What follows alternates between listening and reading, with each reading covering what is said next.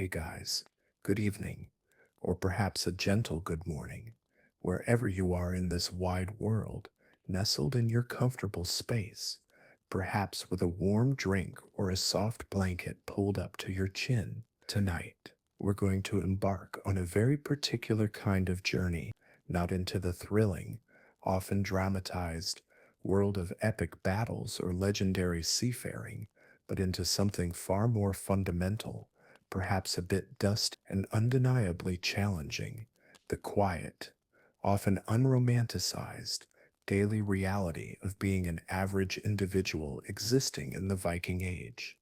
We're talking about the period roughly between 800 and 105 AD, a time utterly distinct from our own, a world that would, quite frankly, chew up and spit out a modern person within hours.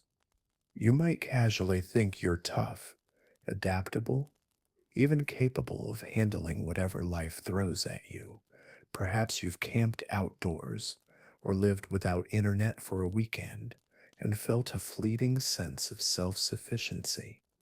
But have you ever truly, deeply wondered if you could last even a single full day in a world entirely unequipped with our most basic modern conveniences? A world where survival wasn't just a challenge, but a constant, grinding, and often brutally short test of your very existence? It's a question that asks us to delve not into grand strategies or glorious conquests that fill history books, but into the raw, unfiltered truth of daily existence. Imagine, for a moment, a life where every breath is a challenge against the damp air, every step a struggle against the unforgiving terrain, and every waking moment is dedicated to the sheer, relentless demands of an era that offered almost no. Tonight, we won't be focusing on the shiny armor or the triumphant trumpets, nor the romanticized image of explorers venturing into unknown seas.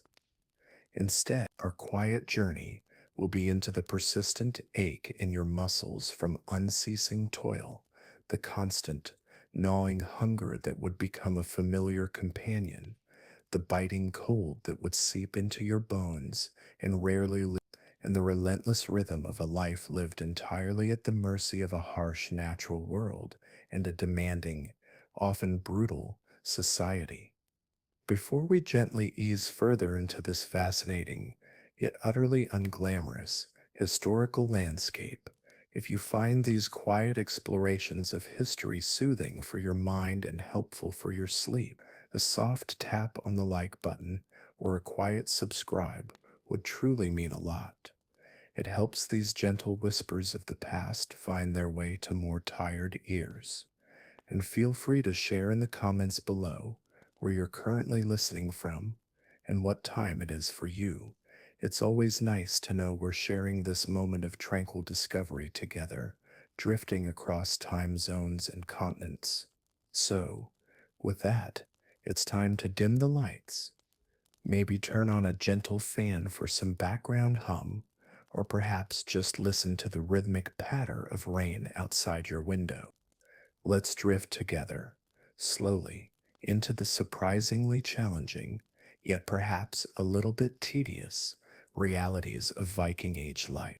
Sweet dreams, and let's begin our quiet journey into a forgotten day where modern comforts are stripped away, one by one. Home and hearth, a shared, often unsanitary existence, waking in a long house. Imagine waking up, not to the gentle, filtered sunlight of a modern bedroom, nor to the soft chime of an alarm, but to the sharp, biting sting of cold seeping deep into your bones.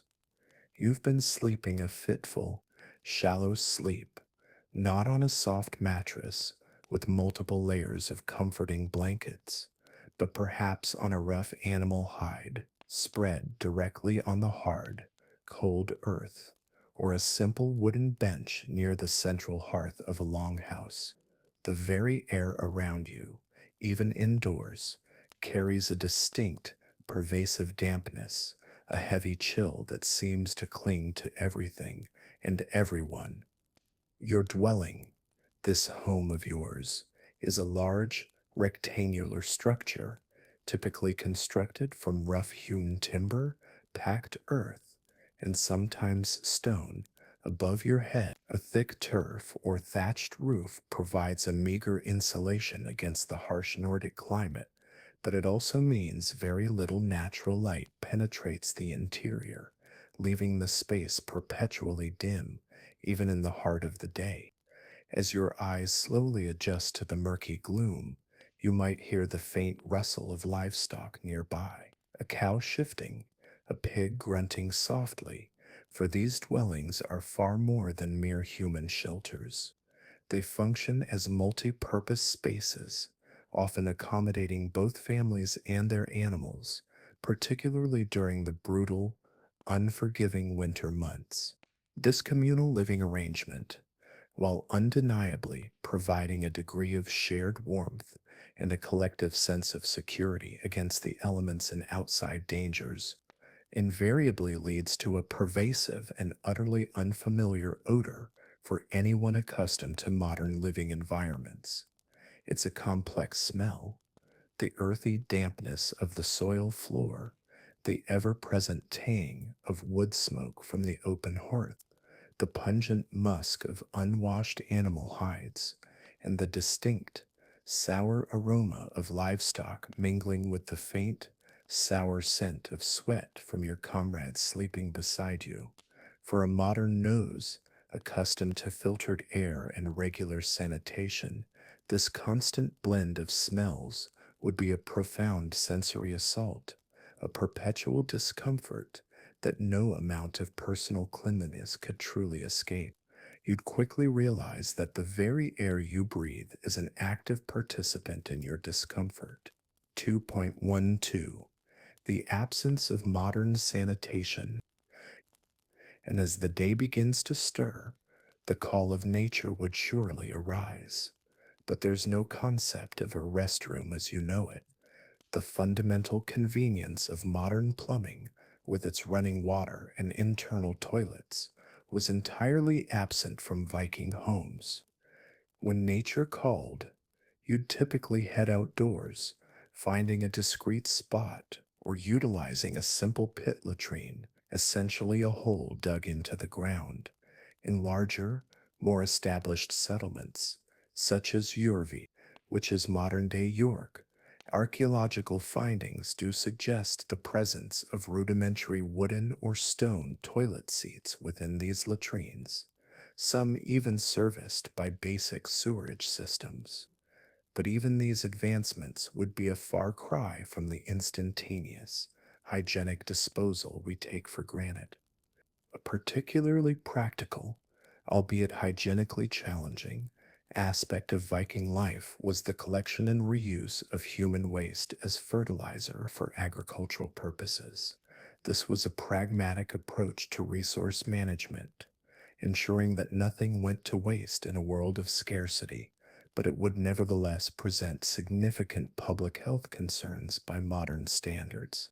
Yet, despite these rudimentary sanitary conditions, historical accounts and archaeological evidence indicate that Vikings maintained a surprisingly high degree of personal hygiene for their time.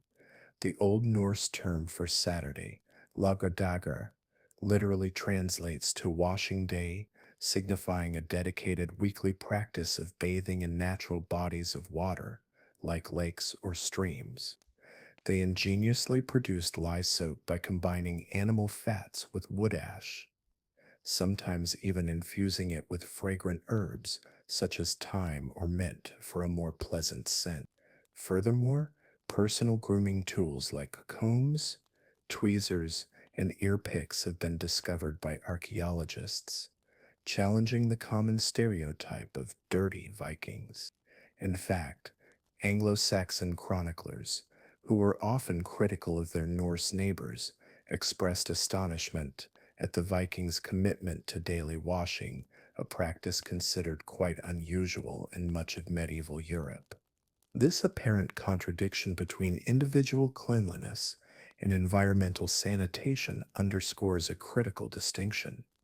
While Vikings valued individual hygiene and engaged in regular bathing and grooming, their living environment utterly lacked the sophisticated infrastructure of modern waste management, water purification, and ventilation system.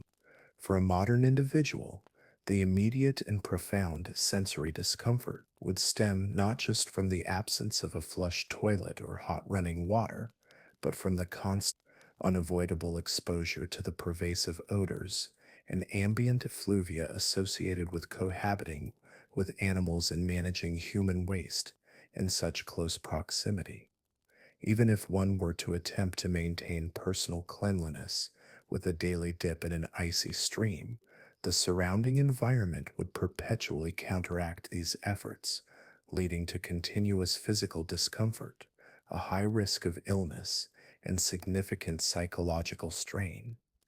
This fundamental difference in living conditions alone, from the very moment you open your eyes, would render a modern person's adaptation virtually impossible, making even a single day a true ordeal.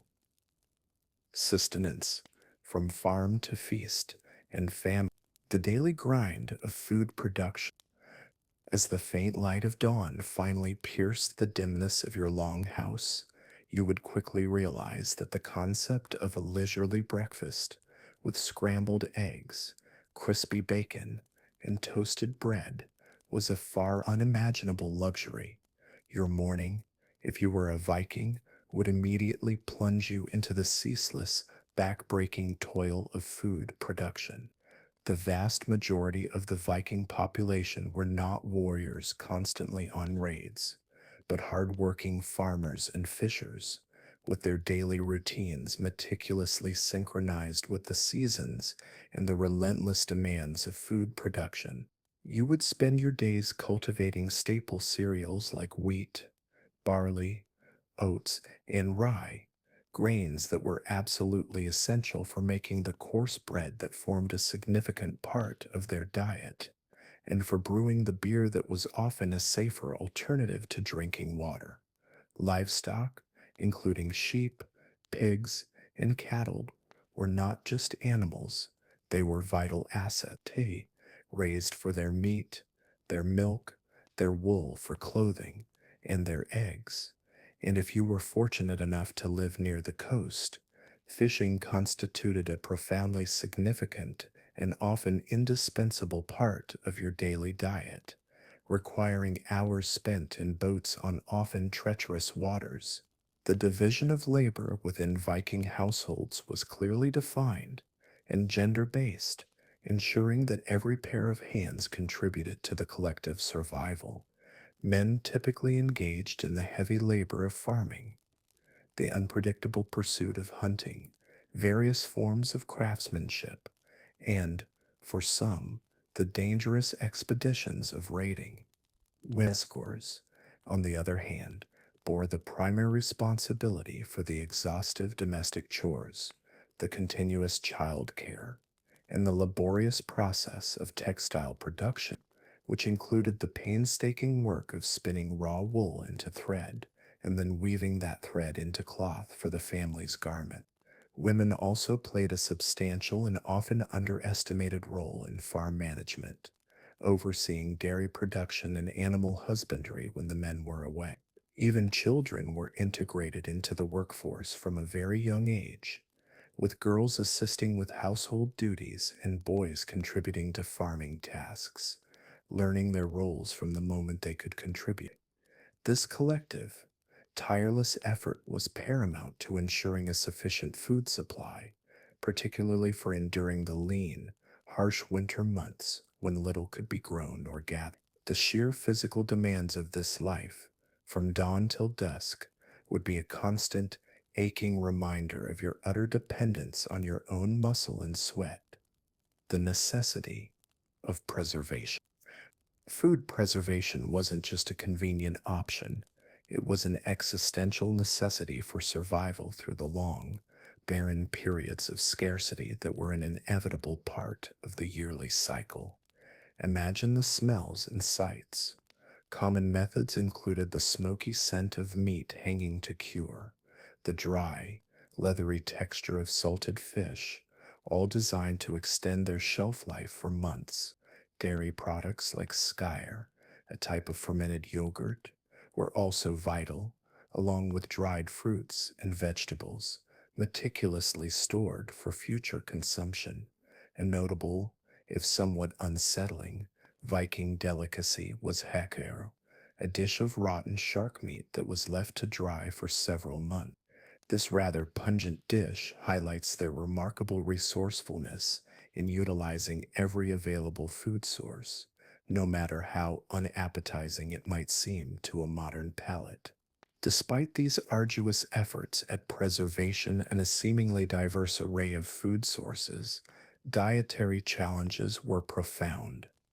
An analysis of ancient drains and cesspools, unglamorous as they sound, have revealed a grim truth. Vikings frequently suffered from intestinal worms and other parasites, likely a direct consequence of poor sanitation and unsafe food handling practices. The water you would drink was often contaminated by animal waste, dirt, and unseen bacteria, making clean water a significant health risk. This led to a prevalent reliance on ale and mead as safer alternatives to drinking water, though even these could carry their own risks. Furthermore, historical evidence indicates that potentially toxic herbs were inadvertently consumed, leading to unforeseen illnesses. While some modern interpretations might suggest a nutritionally balanced Viking diet, the reality for most individuals was a constant struggle for food safety and consistent access to all necessary food groups, especially fresh meat, which often had to be consumed shortly after an animal was killed due to severely limited preservation means.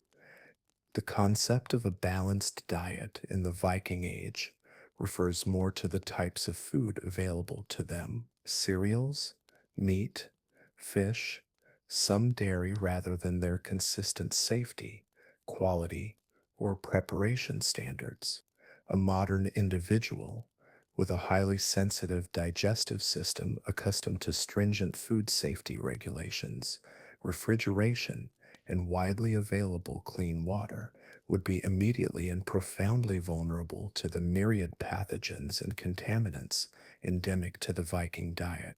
The perpetual threat of foodborne illness, coupled with the sheer physical exertion required to produce, process, and preserve every morsel of food, would constitute an overwhelming daily burden. The apparent dietary abundance was, in reality, hard won and fraught with health risks, making the transition for a modern person virtually impossible. Your first meal would be a gamble, and every subsequent one a test of fortitude. A fragile existence, health, disease, and short lifespans. The body under constant strain. The Viking Age was a crucible for health, a relentless test that your modern body, accustomed to convenience and specialized medical care, would quickly and painfully rebel against. Skeletal remains unearthed from Viking Age burial sites tell a grim and persistent story, a population burdened by chronic conditions from a very young age. Ordinary Viking farmers, for instance, frequently exhibited clear signs of arthritis in their backs, their hands, and their knees. This wasn't merely stiffness from age. It was a direct and agonizing consequence of the relentless physical demands of their agrarian lifestyle, the constant bending, lifting, and repetitive motions required for survival.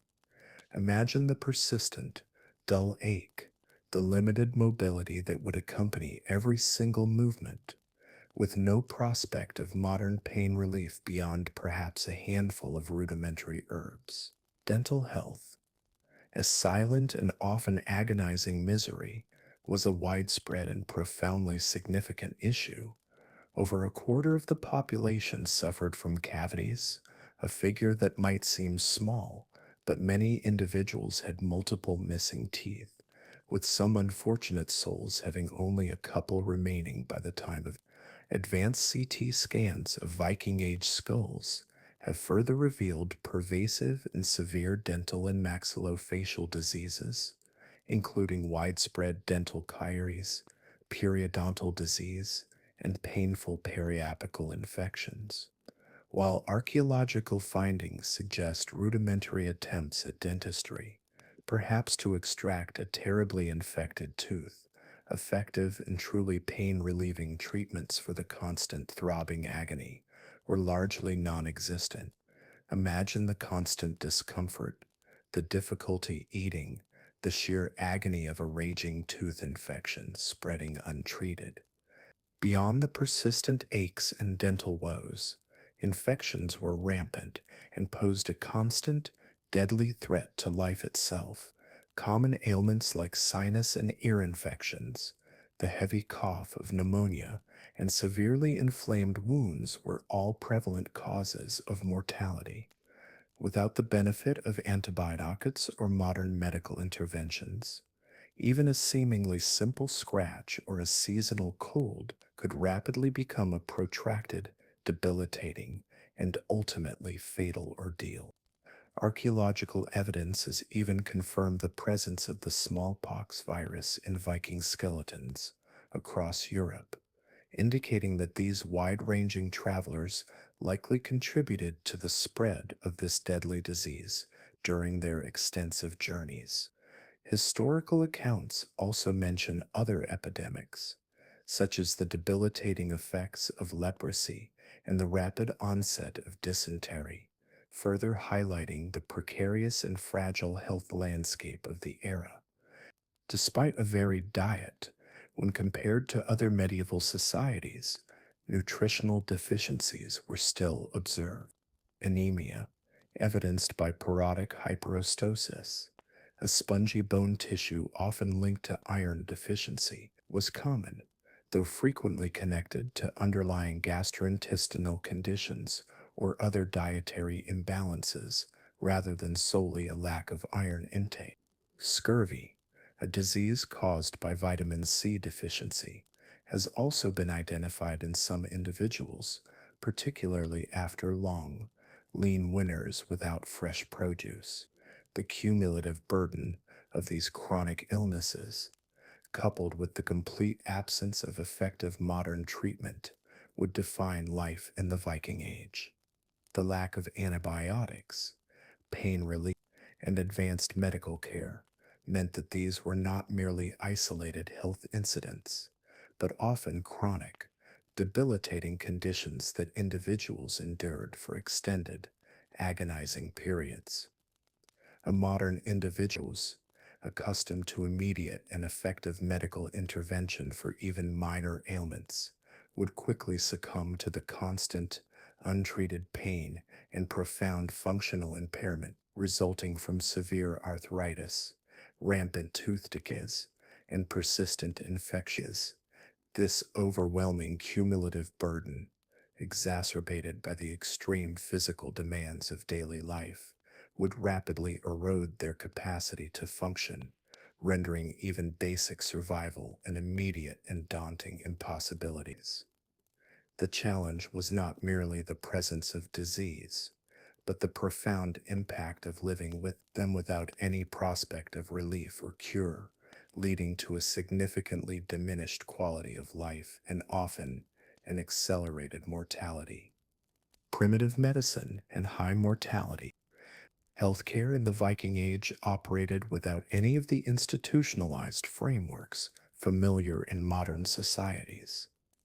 There were no hospitals, no licensed doctors as we understand them, no standardized medical protocols. Instead, communities relied heavily on the accumulated knowledge and skills of individuals, often women, who were proficient in herbal medicine and traditional healing practices passed down through generations.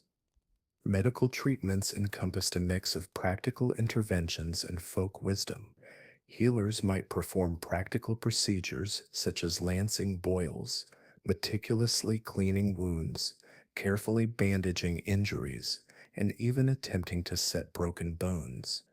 Rudimentary surgery was also practiced, even on the brutal battlefields, where healers, quite often women, would bravely attend to injured warriors amidst the chaos.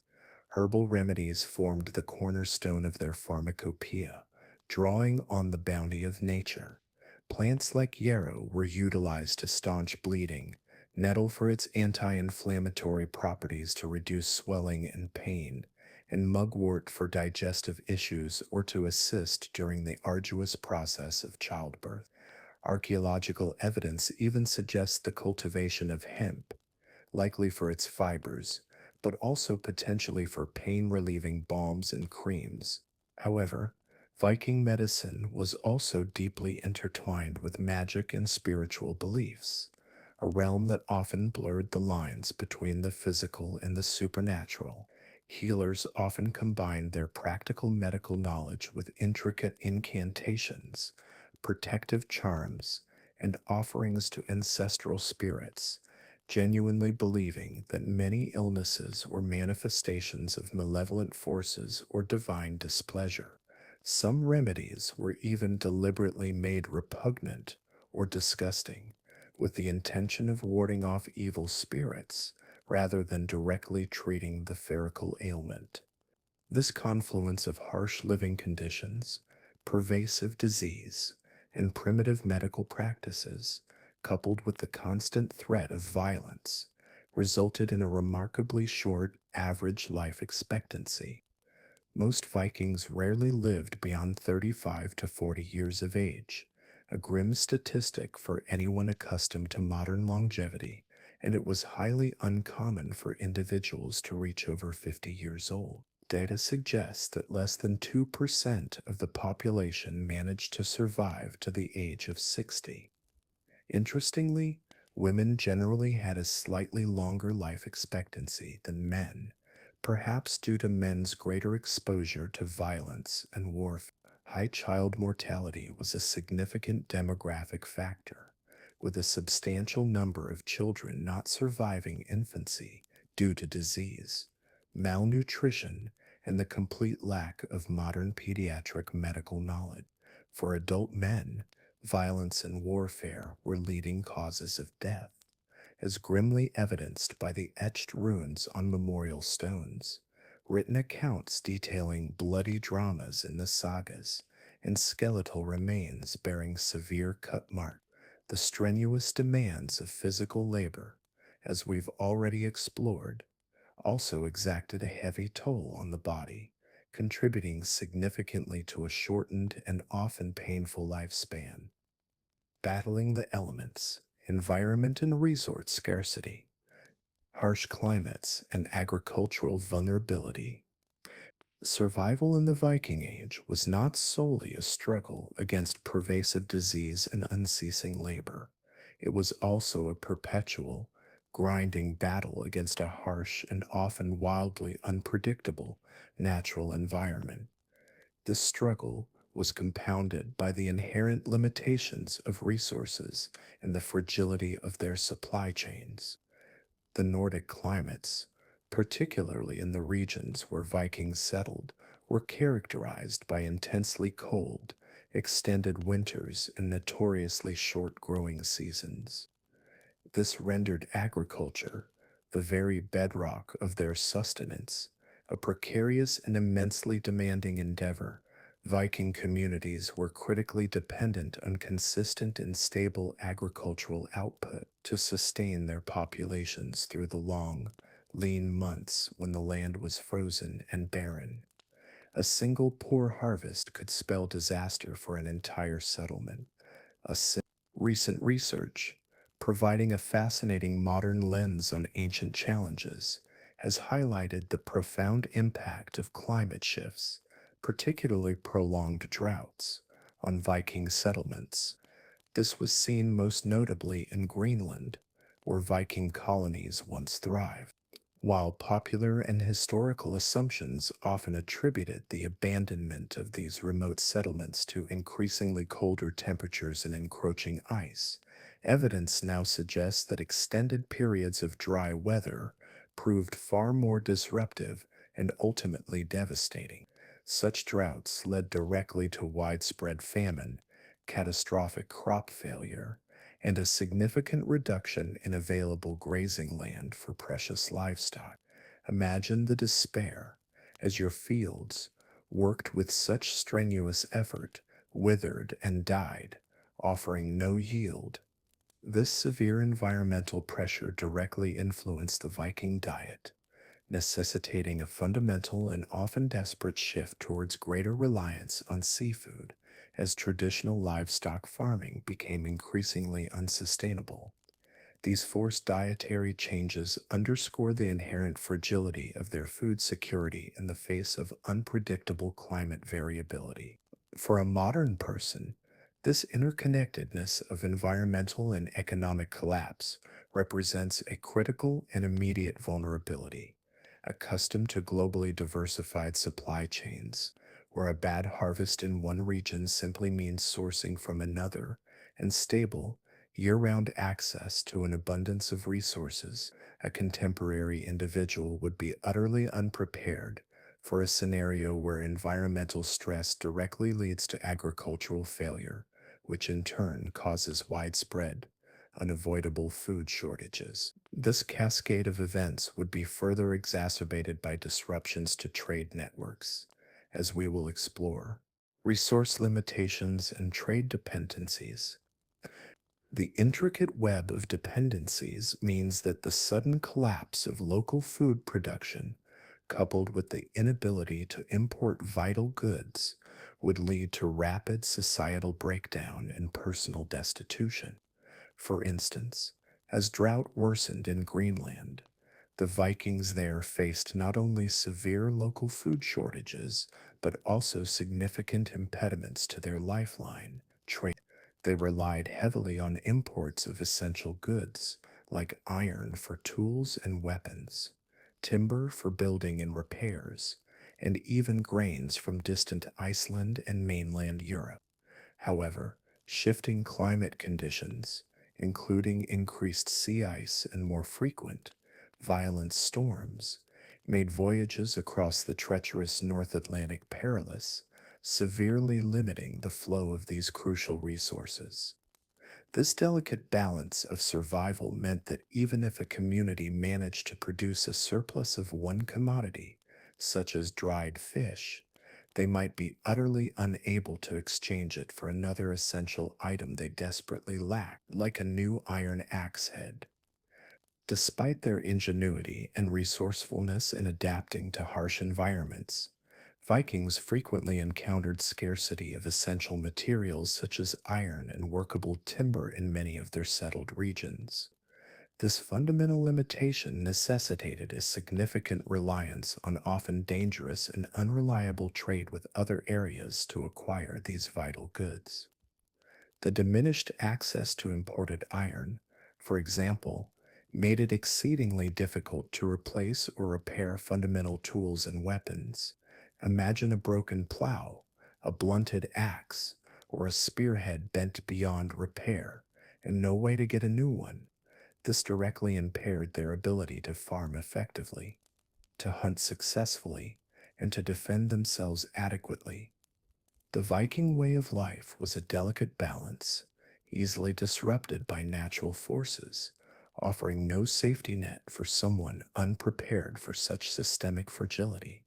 A modern individual, accustomed to the immediate and effortless availability of manufactured goods and raw materials, where a trip to a hardware store solves most problems, would find this constant, gnawing struggle for basic necessities not just uncomfortable, but utterly insufferable, and ultimately, faith, the constant awareness of scarcity, the fragility of supply, and the omnipresent threat of nature's wrath would be a profound mental and physical burden that few in our time could endure.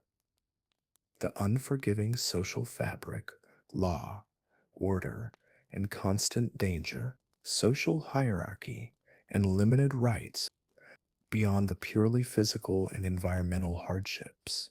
Navigating the social landscape of the Viking Age presented its own unique and profoundly challenging set of difficulties.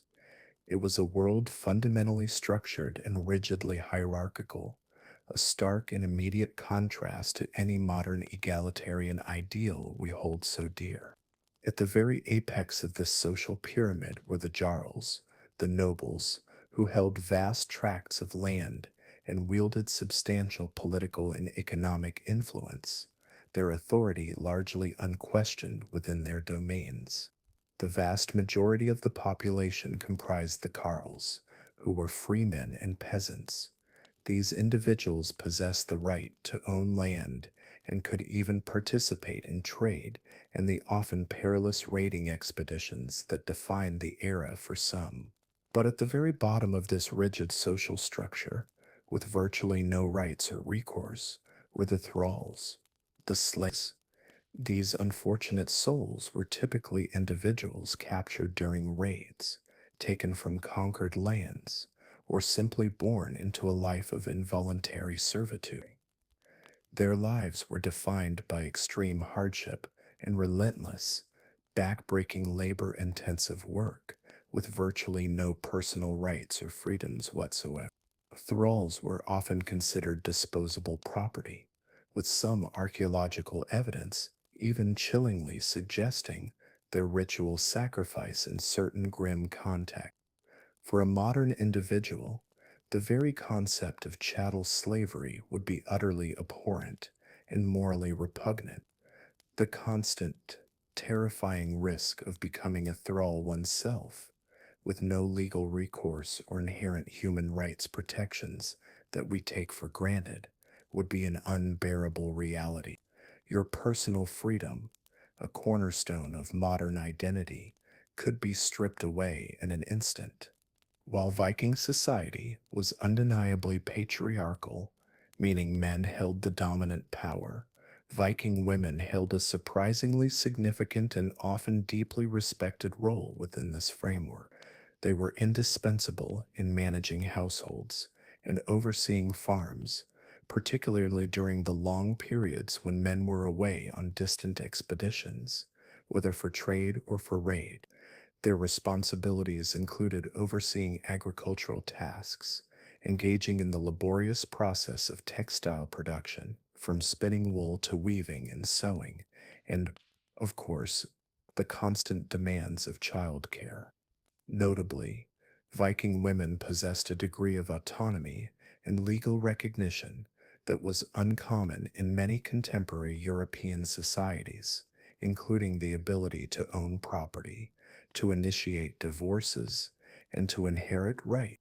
Some women were even known to practice scyther, a powerful form of Norse magic, lending them a yet, despite these unique and relatively empowered aspects of their status, their lives remained fundamentally circumscribed by the limitations, dangers, and societal expectations of the era. Their world, too, was one of hard labor and constant vigilance, justice and violence, a world of blood and honor.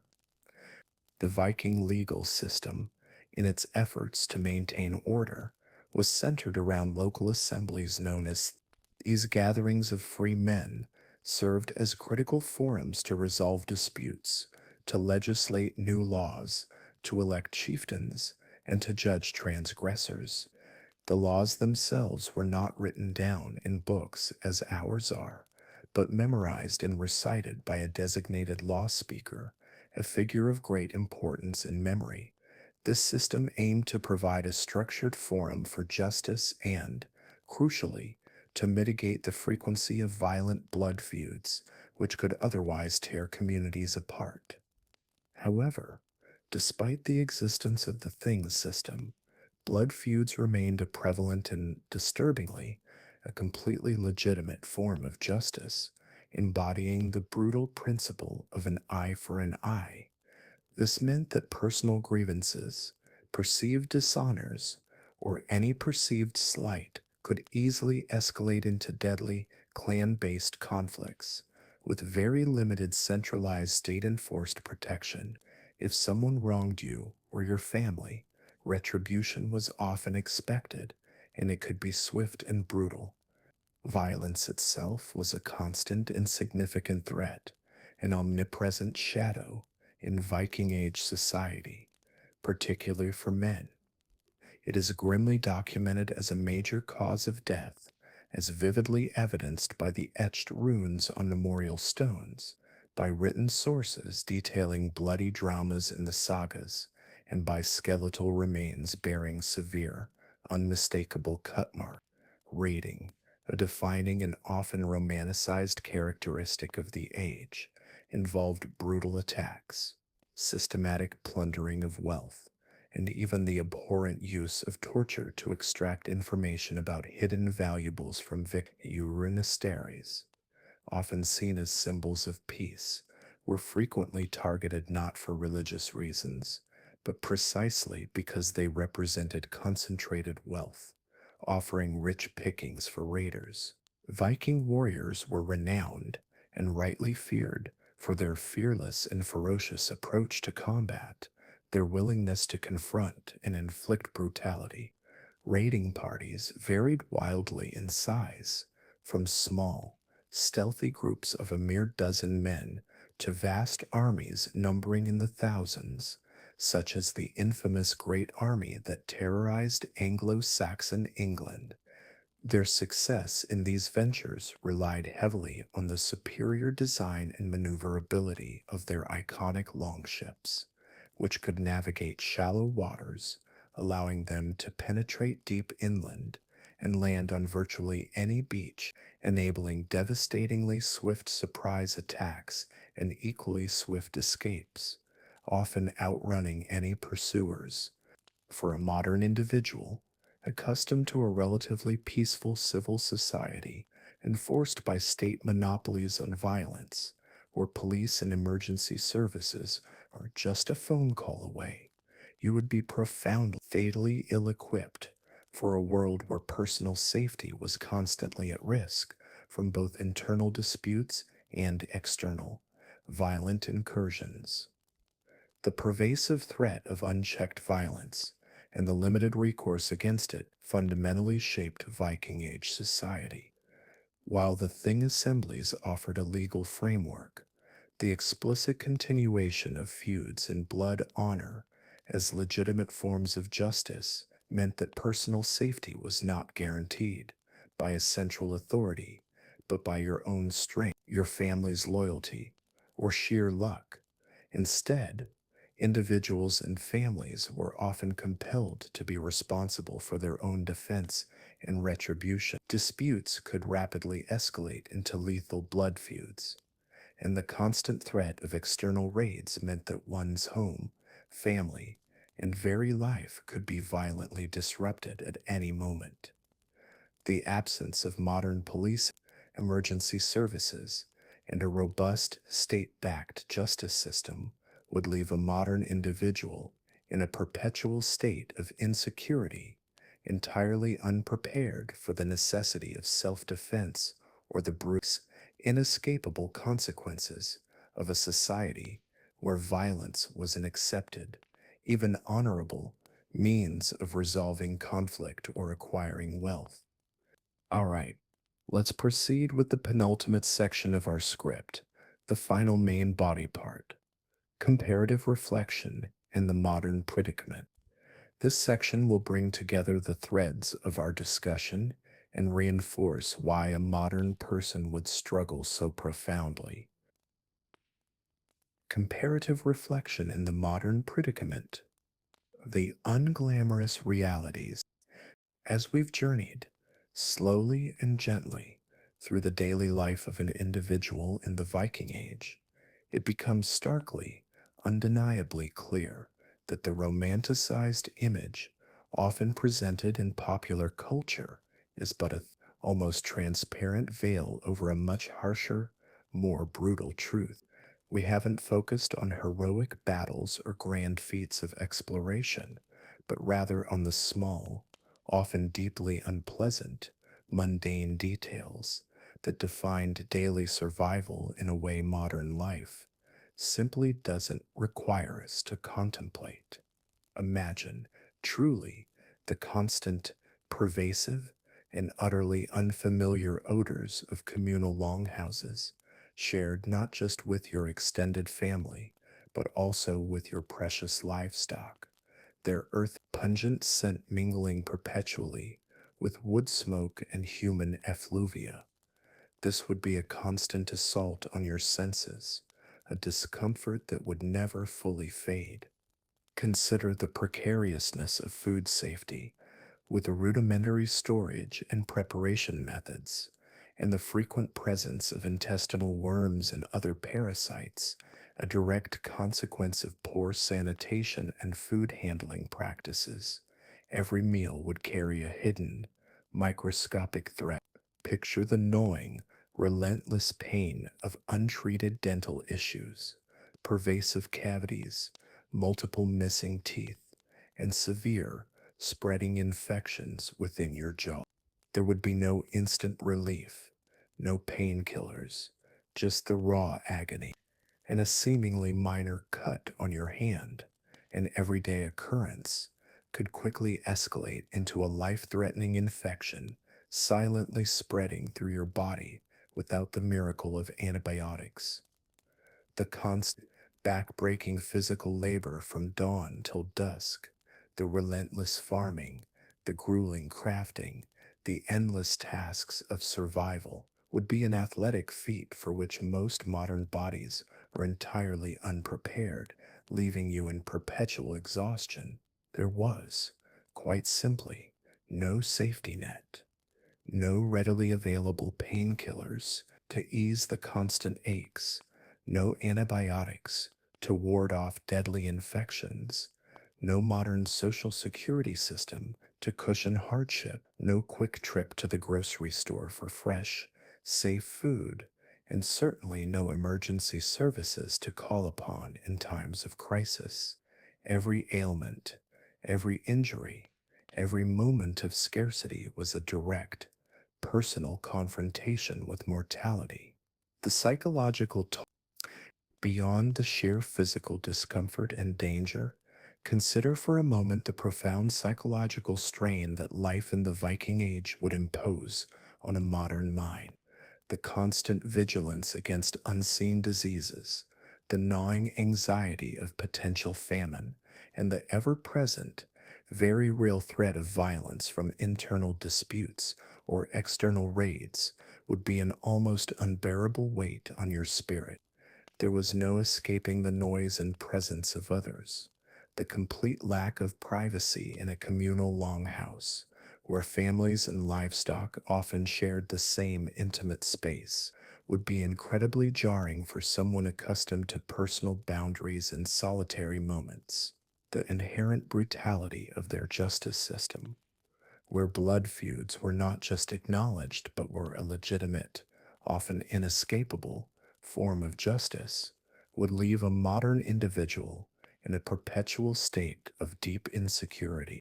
The concept of an eye for an eye meant that personal safety was not guaranteed by a central authority, but rather by your own capacity for defense or retribution. Imagine the constant tension, the fear that a dispute could escalate into lethal conflict for yourself or your kin.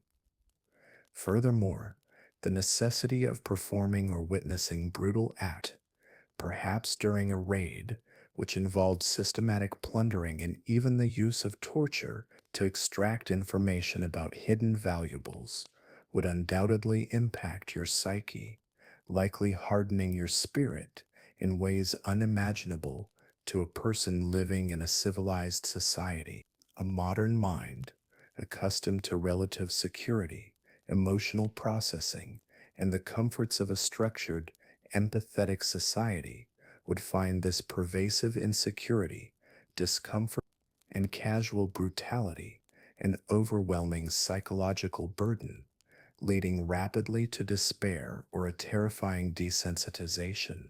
The unbridgeable chasm Ultimately, the Viking Age wasn't just a different time in history, it was fundamentally a different paradigm of human existence. The very bodies and minds of Viking people were forged from infancy in a crucible of relentless hardship, extraordinary resilience, and ceaseless physical effort. Their innate ability to endure extreme conditions, from harsh climates to pervasive disease and constant physical toil, was not a choice, but a fundamental aspect built into their very being through generations of adaptation and necessity. In stark contrast, the modern individual is fundamentally unequipped for such realities. Our entire physiological and psychological makeup has evolved within a framework of relative safety, comfort, and immediate gratification of needs. Our comforts are not mere luxuries. They are, in fact, fundamental requirements for a contemporary human being to function and survive in such a demanding historical context. The instantaneous shattering of a modern individual's reliance on conveniences like readily available food, clean, potable water, and private sanitation would be devastating. The historical record unequivocally demonstrates that these protections and amenities of modern life are not optional extras, but essential requirements for the survival of a contemporary human being in such a demanding and unforgiving historical context.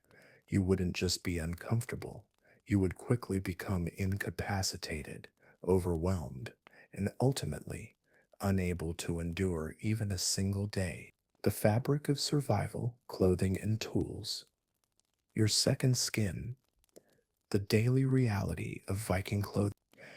As you stirred from your fitful sleep in the longhouse, the next unavoidable reality of Viking life would literally cling to your skin, your clothing. This wasn't merely attire, it was your second skin, a painstaking product of immense labor and a constant, often uncomfortable, barrier against the elements.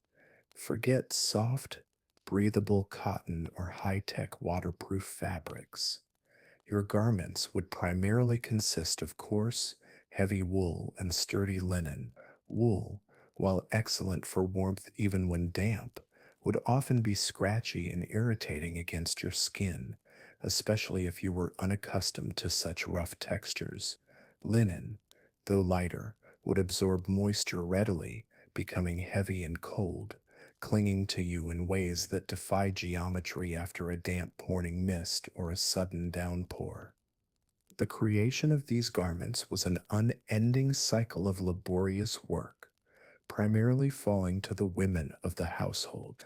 Imagine the repetitive, painstaking process of spinning raw wool into thread, hour after hour, day after day, year after year. Then, that thread would need to be meticulously woven into cloth on a standing loom, a task demanding precision, strength, and immense patience. Every stitch, every seam was the result of human effort, a far cry from the mass produced, perfectly tailored clothes you effortlessly buy today. This means that every single garment you owned would be a precious, hard won possession, constantly worn, constantly mended, and rarely truly clean. The layers of wool and linen, while necessary for warmth, would often feel restrictive and heavy, especially when damp.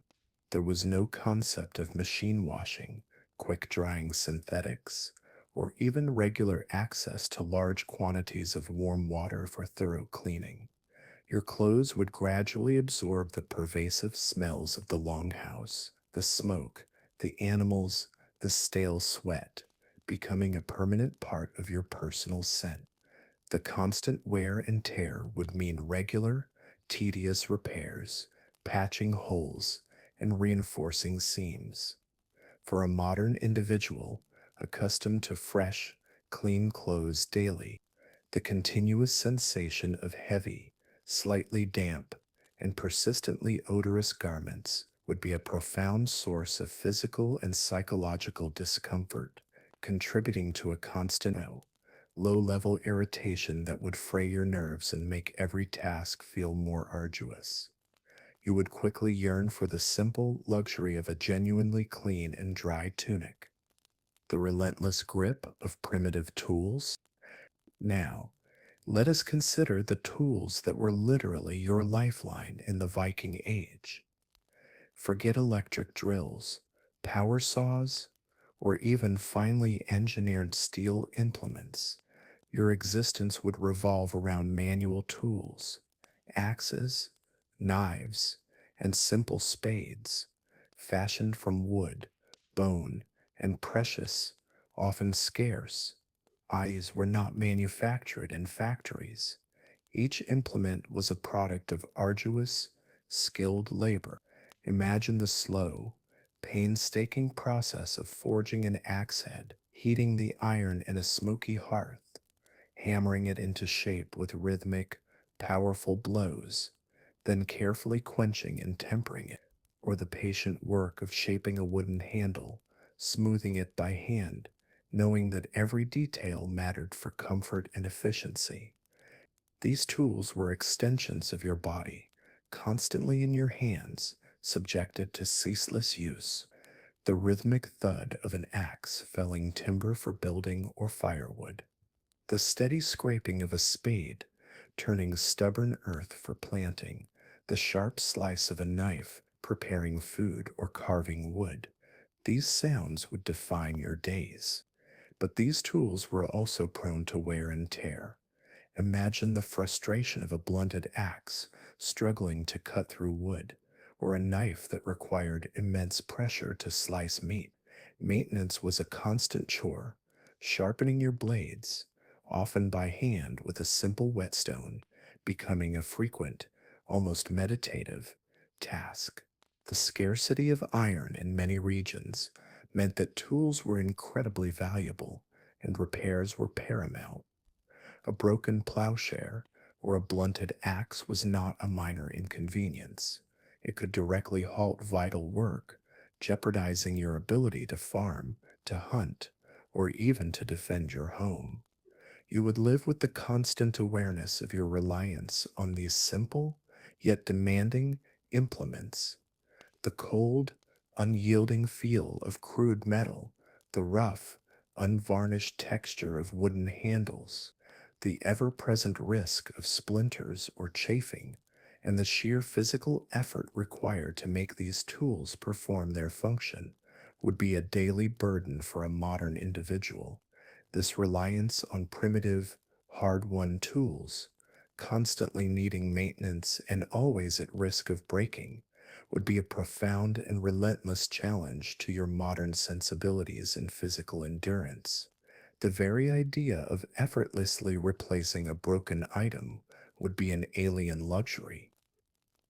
Forged from infancy, childhood, and skills, early integration into labor, childhood redefined. Imagine, for a quiet moment, your own childhood, or perhaps the childhoods you observe today.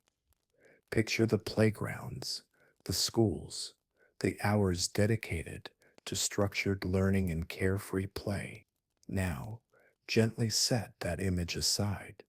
In the Viking Age, the concept of a protected, leisure filled childhood, as we understand it, simply did not exist. From the moment they were able to walk and follow simple instructions, children were integrated into the workforce, their small hands and growing bodies considered vital assets to the household's collective survival. There was no formal schooling in the modern sense. Instead, learning was a constant, immersive process of observation and immediate application, driven by the sheer necessity of daily life. Girls, from a very young age, would assist with the endless cycle of household duties. Imagine learning to churn butter, to clean the smoky longhouse, to carefully tend the cooking fire, or to assist in the laborious process of textile production, handling raw, often scratchy wool and learning the rhythmic movements of spinning thread. Their fingers, still small and developing, would become adept at tasks that demanded patience and dexterity. Boys, equally early, would contribute to farming tasks, their days filled with physical exertion. Picture them learning to herd livestock across uneven terrain, to help with the planting of grains in the cold, damp soil, or to assist during the arduous harvest, carrying heavy bundles of wheat or rye. The cold would nip at their exposed skin, the mud would cling to their rough boots, and their small muscles would constantly. Every day was a practical lesson in survival, learning by doing, often through trial and error that could be painful or even dangerous. This constant physical activity from a very young age, coupled with exposure to all elements, forged a resilience in their bodies that a modern child, accustomed to indoor comforts and less demanding physical activity, could never replicate. Survival skills as education and the harsh reality of growth. Beyond the explicit household and farming chores, Viking childhood was a continuous education in raw survival skills. Picture children learning the subtle art of fire starting using flint and steel in damp conditions, foraging for edible plants and berries in the surrounding forests, or understanding the behavior of wild animals. Their physical bodies were hardened naturally, building endurance and stamina through constant, unceasing movement and exposure to the unpredictable elements rather than through structured sports or exercise regimens. There was a distinct lack of safety precautions that we now deem essential. Learning often came through painful falls, scrapes, and minor injuries, as the world offered no padded surfaces or protective gear. The games children played were not just for amusement. They were often practical or skill building exercises. Imagine mock fighting with wooden swords to hone agility, wrestling matches to build strength, or running races across uneven ground to develop speed and endurance. These activities were subtly, yet effectively, preparing them for the brutal physical demands of adulthood, including potential combat or arduous journeys. This absence of a modern childhood, with its playdates, its schools filled with books, its structured free time, and its abundance of manufactured toys, would be a profound shock to a modern person. The toys that existed were simple, perhaps carved wooden animals, or dolls made from rags, used for imaginative play that often mirrored the adult world around them. The psychological aspect of constant responsibility, of being an active, necessary contributor to the family's survival from such an early age, would fundamentally shape their world. They were exposed to the harsh realities of death, violence, hunger, and loss far more intimately and frequently than any modern child. This early, continuous exposure to hardship, this relentless training from infancy, meant that by adulthood, their bodies and minds were already exceptionally resilient, accustomed to discomfort, and prepared for a life of unyielding demands. This starkly contrasts with a modern, protected, leisure filled childhood, making a contemporary adult utterly unprepared for the immediate and overwhelming expectations of survival in the Viking Age. You would not have built the physical foundation nor the mental fortitude required for even a single day. The unglamorous reality. As we've journeyed, slowly and gently, through the daily life of an individual in the Viking Age, it becomes starkly, undeniably clear that the romanticized image often presented in popular culture is but a most transparent veil over a much harsher, more brutal truth. We haven't focused on heroic battles or grand feats of exploration, but rather on the small, often deeply unpleasant, mundane details that defined daily survival in a way modern life simply doesn't require us to contemplate. Imagine, truly, the constant, pervasive, and utterly unfamiliar odors of communal longhouses, shared not just with your extended family, but also with your precious livestock, their earth pungent scent mingling perpetually with wood smoke and human effluvia. This would be a constant assault on your senses, a discomfort that would never fully fade, a perpetual, low level nausea for a nose accustomed to sanitized air.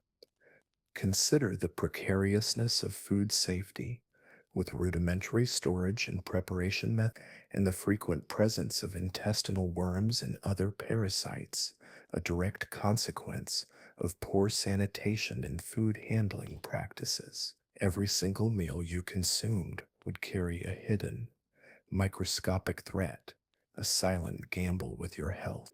Picture the gnawing, relentless pain of untreated dental issues, pervasive cavities, multiple missing teeth, and severe, spreading infections within your jaw. There would be no non relief, no painkillers, just the raw agony and the constant difficulty in chewing, making every bite a challenge, and the seemingly minor cut on your hand, an everyday occurrence from manual labor or accidental injury, could quickly escalate into a life threatening infection, silently spreading through your body without the miracle of antibiotics that we take for granted. The constant back-breaking physical labor from dawn till dusk, the relentless farming in harsh conditions, the grueling crafting with primitive tools, the endless, repetitive tasks of survival would be an athletic feat for which most modern bodies are entirely unprepared, leaving you in perpetual, agonizing exhaustion.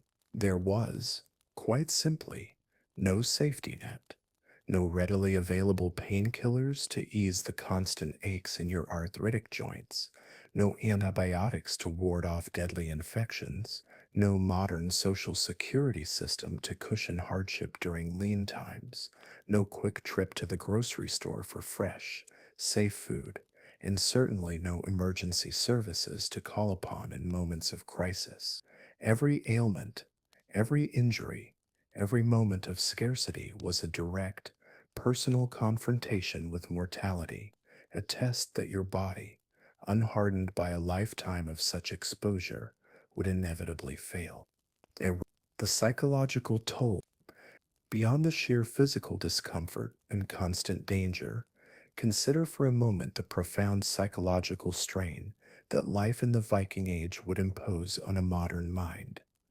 The constant vigilance against unseen diseases, the gnawing anxiety of potential famine due to crop failure or trade disruption, and the ever present, very real threat of violence from internal disputes or external raids would be an almost unbearable, crushing weight on your spirit. There was no escaping the noise and presence of others. The complete lack of privacy in a communal longhouse where families and livestock often shared the same intimate space would be incredibly jarring for someone accustomed to personal boundaries, solitary moments, and quiet contemplation. The inherent brutality of their justice system, where blood feuds were not just acknowledged but were a legitimate, often inescapable form of justice, would leave a modern individual in a perpetual state of deep insecurity and fear. The concept of an eye for an eye meant that personal safety was not guaranteed by a central authority, but rather by your own capacity for defense, your family's willingness to retaliate, or sheer, unpredictable luck. Imagine the constant tension, the fear that a minor dispute could rapidly escalate into a lethal conflict for yourself or your kin, with no police force to intervene or courts to provide impartial judgment. Furthermore, the necessity of performing or witnessing brutal acts, perhaps during a raid which involved systematic plundering, the burning of homes, and even the use of torture to extract information about hidden valuables would undoubtedly impact your psyche, likely hardening your spirit in ways unimaginable to a person living in a civilized, compassionate society. A modern mind, accustomed to relative security, emotional processing, and the comforts of a structured, empathetic society, would find this pervasive insecurity, discomfort, intangible brutality, an overwhelming psychological burden, leading rapidly to despair, profound trauma, or a terrifying, necessary desensitization that would fundamentally alter who you are. The unbridgeable chasm. Ultimately, the Viking Age wasn't just a different time in history, it was, fundamentally, a different paradigm of human existence. The very bodies and minds of Viking people were forged from infancy in a crucible of relentless hardship, extraordinary resilience, and ceaseless physical effort. Their innate ability to endure extreme conditions, from harsh climates and resource scarcity to pervasive disease and constant physical toil, was not a choice, but a fundamental aspect built into their very being through generations of adaptation and necessity. They were, quite simply, born and bred for it. In stark contrast, the modern individual is fundamentally unequipped for such realities. Our entire physiological and psychological makeup has evolved within a framework of relative safety, comfort, and the immediate gratification of needs. Our comforts are not mere luxuries. They are, in fact, fundamental requirements for a contemporary human being be function, thrive, and indeed serve. The instantaneous shattering of a modern individual's reliance on conveniences like readily available food, clean potable water, and private sanitation would be devastating. The historical record unequivocally demonstrates that these protections and amenities of modern life are not optional extras, but essential requirements for the survival of a contemporary human being in such a demanding and unforgiving historical context. You wouldn't just be uncomfortable, you would quickly become incapacitated, overwhelmed by physical and psychological strain, and ultimately unable to endure even a single day. The Viking Age would not offer a soft landing, nor a second chance. The endless journey, travel, and the unforgiving landscape, the daily grind of local movement, mud, muck, and muscle. Imagine for a moment the first steps you would take outside your longhouse each day. Forget the smooth, paved sidewalks or the comfortable interiors of cars and buses you use for even the shortest distances. In the Viking Age, every step was a deliberate act, a conscious engagement with an unforgiving landscape. The paths leading from your dwelling to the fields, to the river or well, or to a nearby neighbor's homestead would be nothing more than worn tracks, earth, and grass.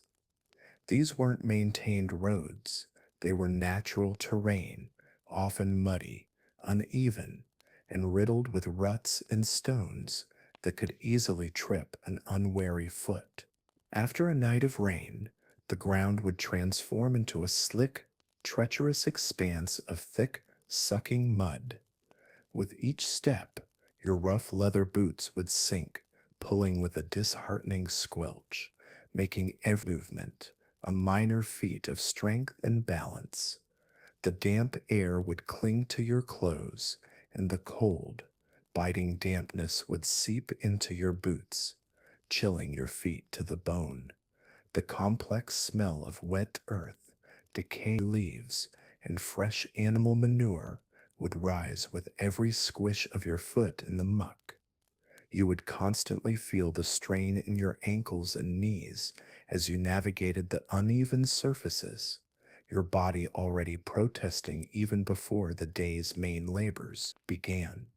This wasn't just discomfort, it was the constant, grinding reality of a life lived entirely at the mercy of the raw environment. Even a simple trip to collect water from a distant well or stream would become a significant chore. Imagine carrying heavy wooden buckets, their weight pulling at your arms and shoulders, while simultaneously trying to maintain your footing, slippery, unpredictable ground.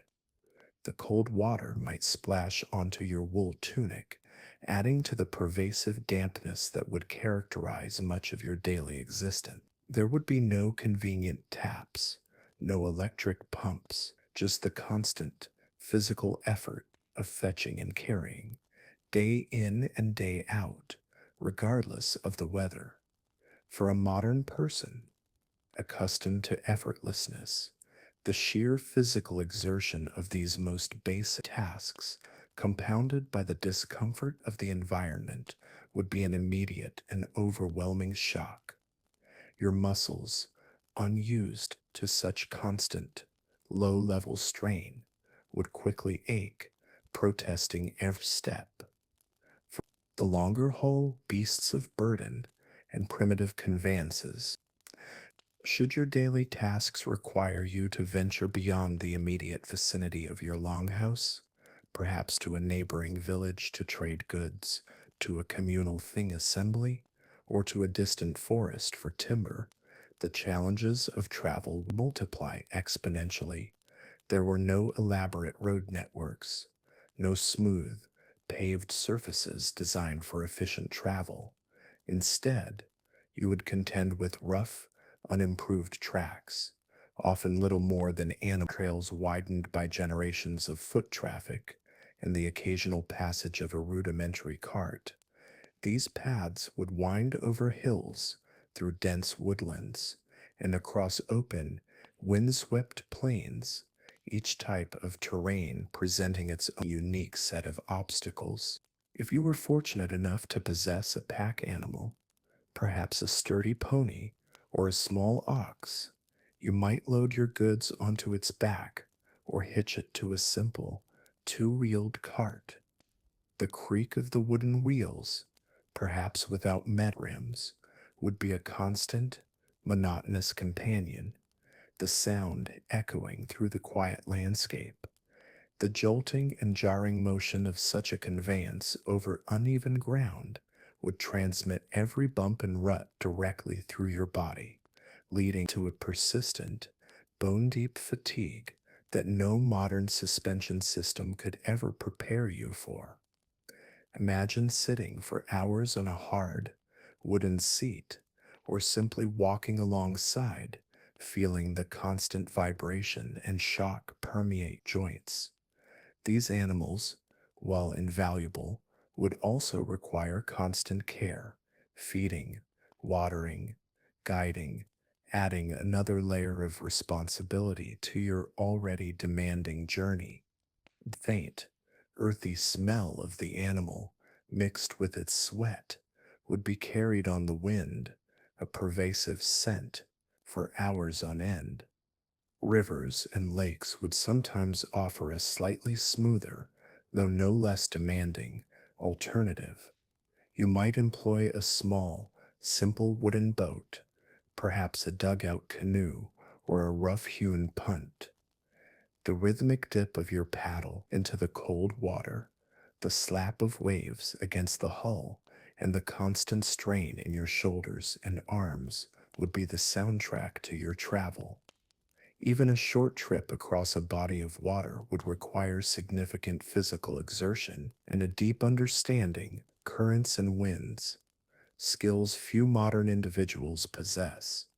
The dampness would invariably seep into your clothing, and the cold spray might sting your face, a constant reminder of the raw, untamed forces of nature that governed every aspect of life. The unpredictable fury of the elements, a constant battle, When contemplating travel in the Viking Age, one cannot overlook the omnipresent, unyielding fury of the elements. The Nordic climates were notoriously unpredictable and often brutally harsh. Imagine setting out on a journey, even a short one, under a seemingly clear sky, only for it to swiftly transform into a biting blizzard or a torrential downpour. Your clothing, primarily wool and linen, while providing some warmth, would quickly become saturated, growing heavy and uncomfortable, the dampness seeping through to your very bones. There was no waterproof technology, no breathable Gore-Tex, just the raw materials of nature offering limited protection. The persistent chill, amplified by the wind and wetness, would create a profound physical discomfort, a constant shiver that would be almost impossible to shake. During the extended winters, travel would become an even more formidable challenge. Imagine trudging through deep snow, each step a monumental effort, your breath misting in the freezing air.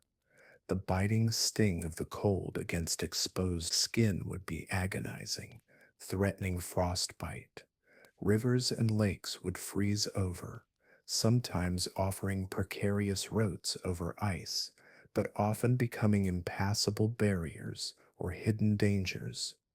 The short, dim days would limit your travel time, forcing you to seek shelter in rudimentary lean-tos or simply huddle against the elements under a crude animal hide as darkness descended.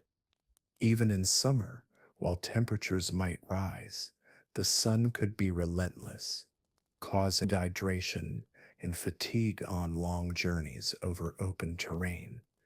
The constant buzzing of insects, unseen but felt, would be an added misery. The shifting climate conditions, including increased sea ice and more frequent, violent storms, made voyages across the treacherous North Atlantic incredibly perilous.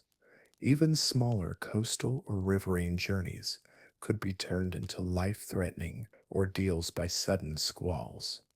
The sounds of a rising storm, the howling wind, the crashing waves, the creaking timbers of a small boat would evoke a primal fear for a modern individual accustomed to reliable weather forecasts, heated vehicles, and easily accessible shelter.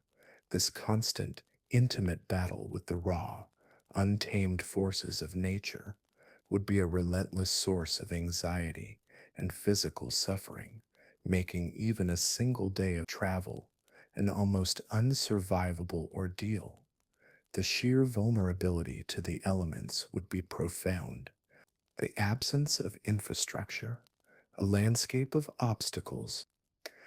One of the most striking differences between travel in the Viking Age and our modern experience lies in the complete absence of supporting infrastructure. There were no neatly maintained roads, no convenient inns offering respite and warmth, and no reliably engineered bridges spanning every river. The landscape itself was the obstacle course, and you were expected to navigate it with minimal assistance. Imagine encountering a wide, fast flowing river. Without a bridge, your options would be limited. Finding a ford, a shallow crossing point, which could still be treacherous with strong currents, or constructing a rudimentary raft or ferry, a time consuming and physically demanding task.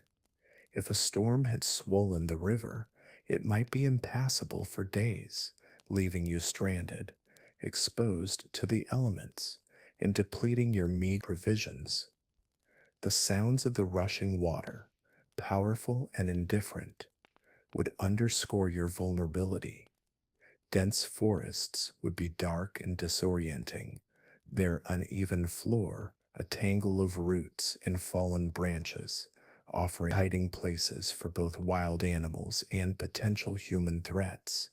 Swamps and marshes, vast and seemingly endless, would present treacherous, sucking ground that could swallow a horse or leave you hopelessly mired.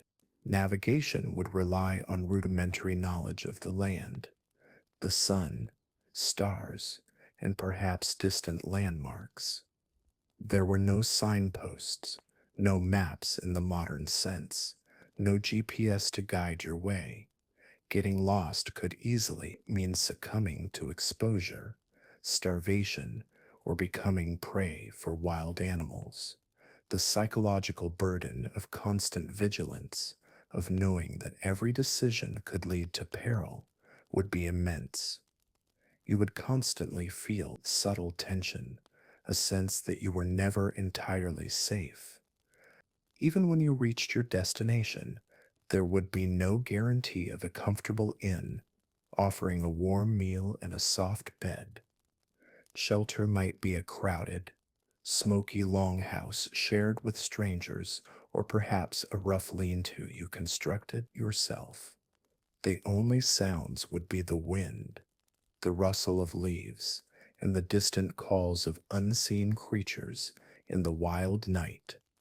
For a modern person accustomed to rest stops, heated hotels, and the ease of travel along well marked routes, this continuous battle against the raw, unadulterated landscape and the complete absence of comfort or safety infrastructure would be profoundly alienating and utterly exhausting.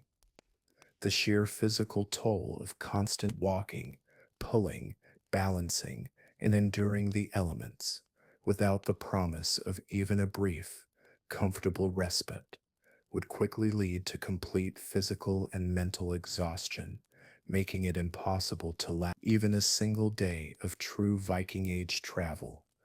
The very air you breathe, a deeper look inside the longhouse, the persistent cloud of smoke and perpetual dimness.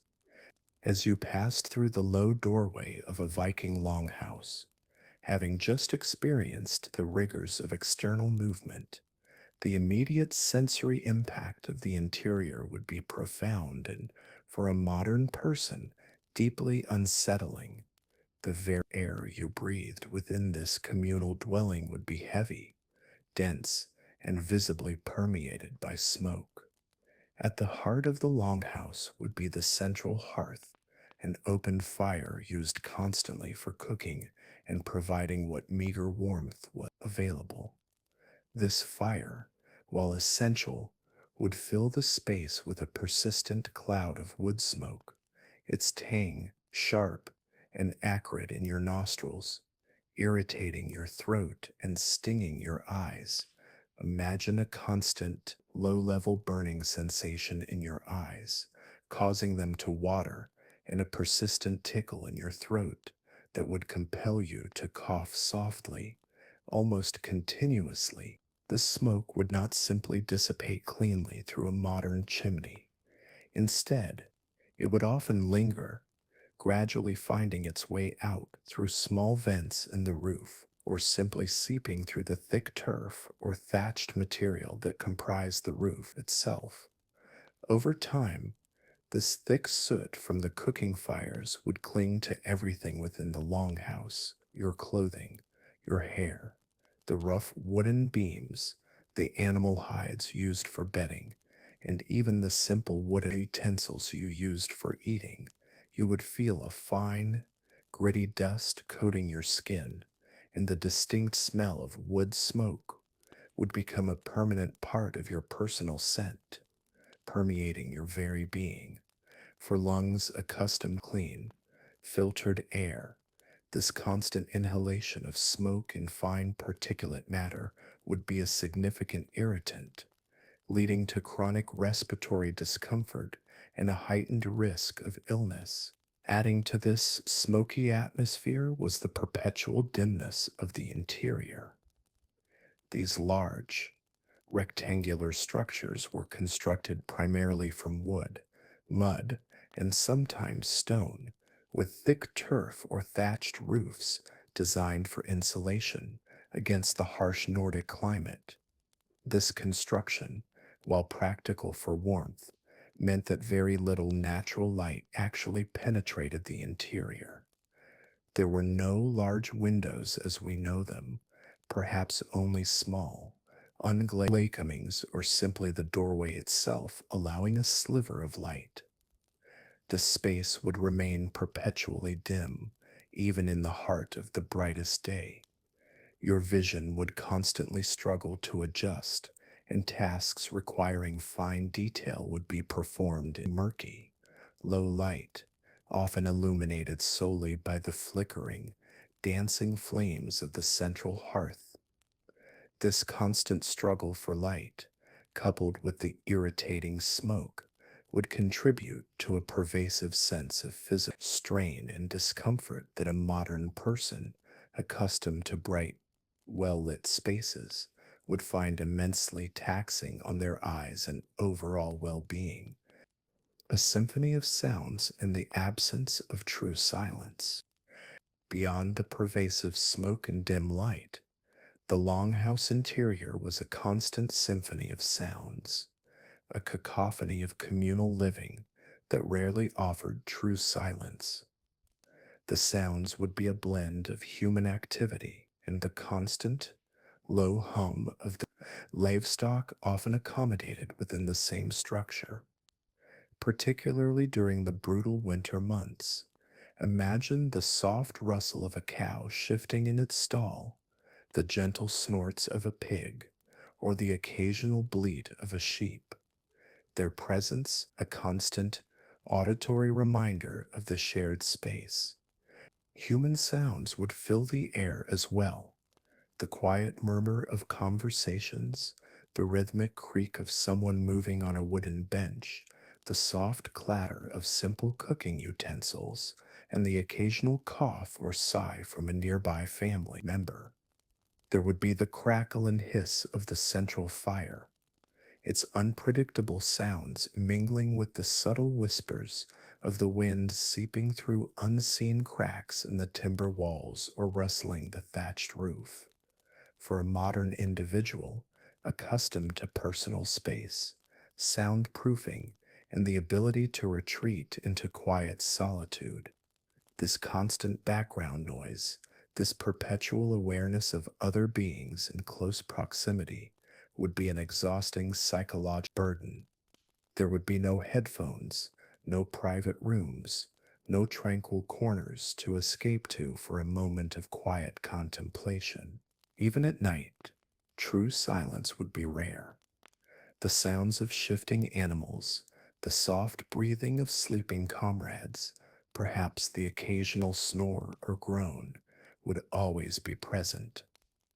The rough animal hides and simple wood benches that served as beds would creak and groan with every movement, contributing to the symphony. Imagine trying to achieve deep, restorative sleep amidst this constant low level din, knowing that the rustle you hear might be a person, or perhaps a curious rodent, drawn by the smells of food and animals. The absence of true auditory privacy, the constant invasion of your personal soundscape, would be a relentless source of subtle irritation and contribute to a feeling of perpetual mental fatigue. The shared space, communal living, lack of privacy, and unwanted guests. The fundamental structure of the longhouse, while pragmatic for warmth and collective security, offered virtually no concept of personal privacy as we understand it today. Families would live, eat, and sleep in a large, open communal space, often with no internal walls or divisions to separate individuals or even nuclear families. Imagine waking up to the immediate sight and sound of everyone else around you, your life intertwined with theirs from the moment you opened your eyes. There would be no private dressing spaces, no quiet corners for personal reflection, no truly solitary moments beyond perhaps a brief venture outdoors. Every action, every conversation, Every mundane personal habit would be conducted in plain sight, under the constant, subtle awareness of others. This forced intimacy, this perpetual proximity to others, would be a significant psychological challenge for a modern person accustomed to extensive personal space and boundaries. Sleeping conditions would be rough and communal. Your bed might be a simple wooden bench covered with animal hides, or perhaps just a hide spread directly on the earthy floor. The warmth of the central hearth would radiate outwards, but drafts would still seep in through gaps in the walls or roof, creating pockets of cold air. The sensation of the cold earth beneath you, or the hard, unyielding wood, combined with the often scratchy texture of the animal hides, make restorative sleep difficult to achieve, and you would always be in close proximity to others, sharing their warmth, their movements, and their breathing. Furthermore, the presence of livestock and the general lack of modern hygiene in such a communal space would inevitably invite unwanted guests, vermin, and pests. While not explicitly detailed for Vikings in the provided document, general context of such living conditions implies the constant presence of rodents like mice and rats, drawn by stored food and animal presence. Insects, too, would be ubiquitous, drawn by warmth, moisture, and organic matter.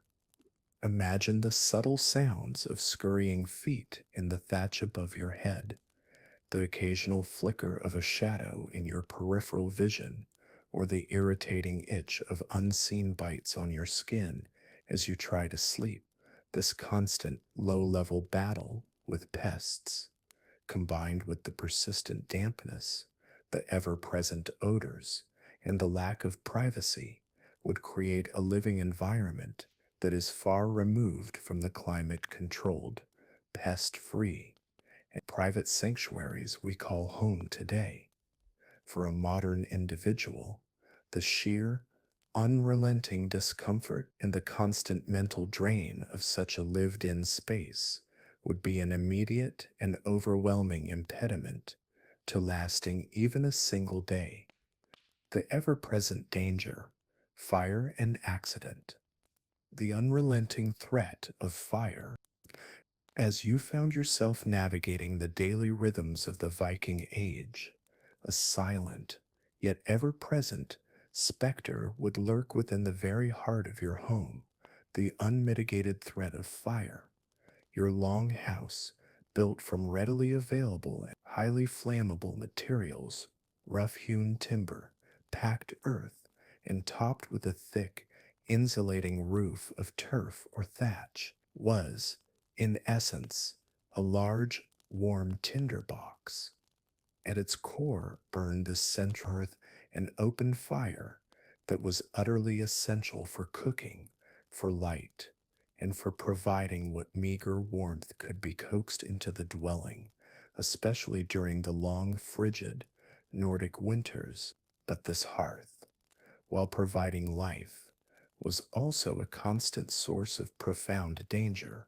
Imagine the crackling and spitting of burning logs, the occasional shower of sparks that might dance out onto the earthen floor, perilously close to dry straw, animal bedding, or stored textiles.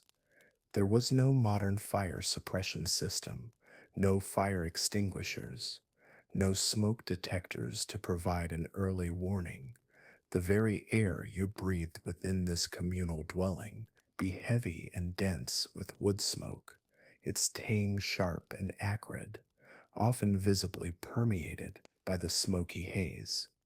This constant presence of smoke and the lack of proper ventilation meant that any small spark could quickly escalate into a raging inferno, engulfing the entire structure in a matter of minutes.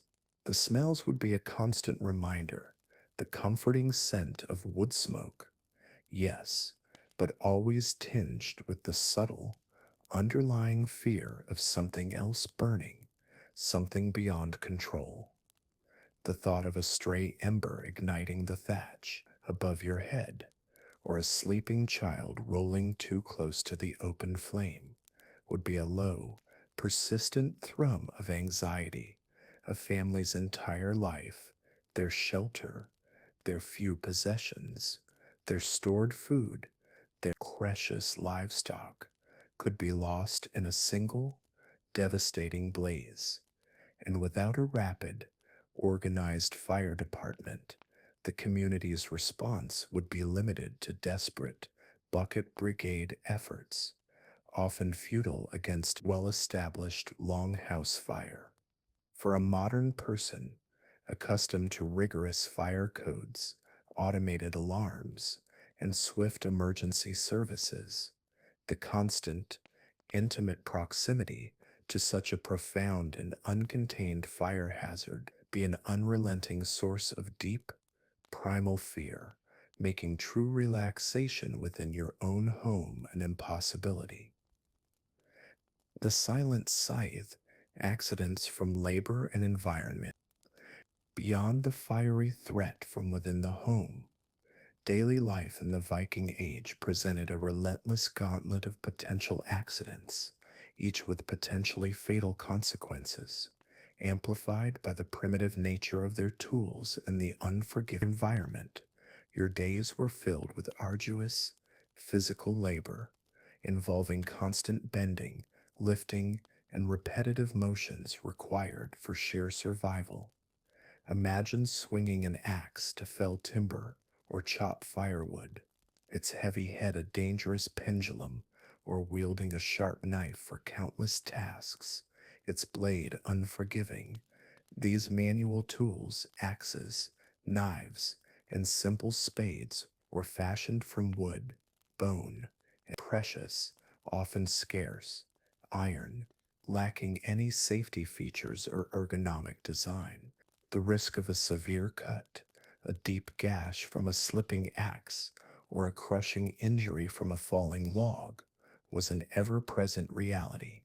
Imagine the sharp pain, the sudden rush of blood, and the immediate, terrifying realization that there were no emergency paramedics, no ambulances, no sterile operating rooms. A simple cut, even a seemingly minor one, could rapidly become a protracted, debilitating, and ultimately fatal ordeal as infections, unseen and untreatable, would set in and spread unchecked through your body. The smell of blood, the metallic tang, would quickly turn to the sickening scent of pus and decay if not properly handled. Your own body, unhardened by constant physical demands and unfamiliar with the raw edge of such tools, would be acutely vulnerable to injury. Accidents weren't confined to the immediate work area. The natural environment itself posed numerous hazards. Walking across uneven terrain, especially in dim light or during harsh weather, carried the constant risk of painful falls, potentially leading to broken bones or severe sprains. Imagine the agony of a broken limb, knowing that treatment would consist of rudimentary bone setting, often without proper pain relief, and a long, debilitating recovery period during which you would be a burden to your family, unable to contribute to the daily struggle for food. Water sources, like rivers and the sea, while essential, were also fraught with peril. A slip on a riverbank, a capsized boat in a sudden squall, or an accidental fall into icy waters could lead to drowning or hypothermia in minutes. Even the animals vital to their survival posed risks.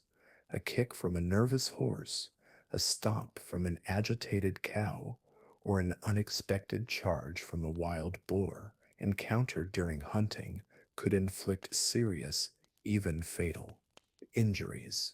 The learning process itself, particularly for children, often came through painful falls, scrapes, and minor injuries, with no modern safety precautions to cushion the blows.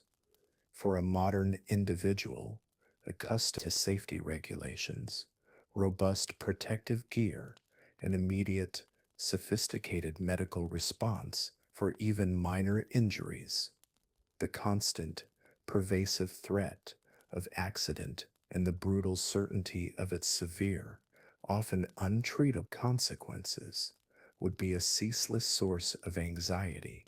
Every movement, every task, every step outside the longhouse would carry an implicit, terrifying risk that few in our current age could mentally or physically endure for more than a single harrowing day.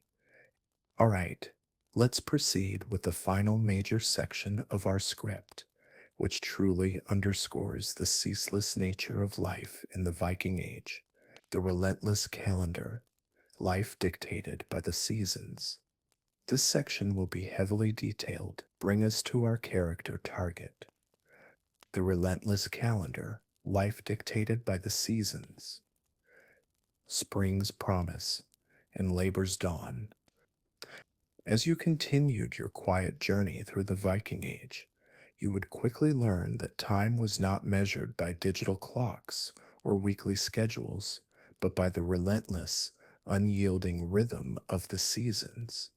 Every individual's existence, regardless of their standing, was inextricably linked to this imperative cycle and the unceasing physical labor it demanded for self sufficiency. The notion of a leisurely existence was simply non existent. Every member of the household was a vital contributor to the collective survival. From the moment the land began to thaw, imagine the tentative arrival of spring after a long, brutal winter. The biting cold might still cling to the air, but the promise of new life would drive everyone to action. This was the season of planting. You would spend endless back-breaking hours in the fields, preparing the soil with simple, heavy wooden plows drawn by oxen or by sheer human muscle. The earth, still damp and stubborn from the winter's frost, would resist your efforts, each clod turned by immense physical exertion. The smells would be sharp, cold, wet soil, hints of melting snow, and the earthy tang of manure used to fertilize the fields. You would sow the precious seeds of staple cereals like wheat, barley, oats, and rye, knowing that the very survival of your family through the next winter depended entirely on the success of this delicate early labor. Beyond the fields, spring brought other vital tasks. It was the lambing and calving season for your livestock, meaning constant vigilance over new, vulnerable life. You would spend chilly nights in the longhouse, attending to birthing animals, ensuring the survival of the next generation of meat, milk, and wool providers. Early fishing expeditions would begin, venturing out onto still cold waters to supplement the dwindling winter stores. The sounds of creaking wood and lapping waves accompanying the rhythmic pull of nets or lines. The physical demands would be immediate and intense, a stark awakening from the comparative rest of winter.